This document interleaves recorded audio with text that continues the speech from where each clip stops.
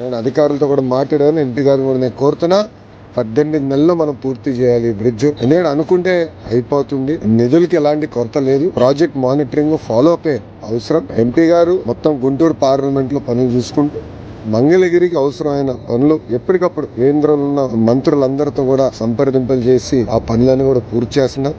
ఇంతేకాదు మంగళగిరిలో మనం చూస్తే మొన్న కూడా అకాల వర్షాలతో మనకి ఫ్లడ్డింగ్ అనేది జరిగింది. దానికోసం ఎన్టీఎంసీ ప్రత్యేక చర్యలు తీసుకుంటుంది. దాంట్లో భాగంగా under ground power cabling project కూడా చేస్తే శాశ్వతమైన పరిష్కారం ఉంటుంది. ఎంత గాలి వచ్చినా ఏమైనా కూడా కరెంట్ అనేది పోదు అనేది నా ఆలోచన. దానికోసం మంత్రి గారు కేంద్ర మంత్రితో కూడా సంప్రదింపులు చేశారు. వాళ్ళు కూడా మాకు లేఖ రాశారు దాన్ని ఎట్లా చేయాలని. త్వరలో ఆ కార్యక్రమాన్ని కూడా నేను శ్రీకారం చుట్టబోతున్నాం. సో మీరు చూస్తే ఆనాడు తాగునీరు చెప్పాను, అండర్ గ్రౌండ్ పైప్ లైన్ ద్వారా తాగునీరు, భూగర్భ డ్రైనేజ్, గ్యాస్ కూడా పైప్ గ్యాస్, ఇప్పుడు కరెంట్ కూడా. ఈ 4 కూడా అండర్ గ్రౌండ్ మార్గంలోనే ప్రతి ఇంటికి అందించే బాధ్యత మేము తీసుకుంటాం.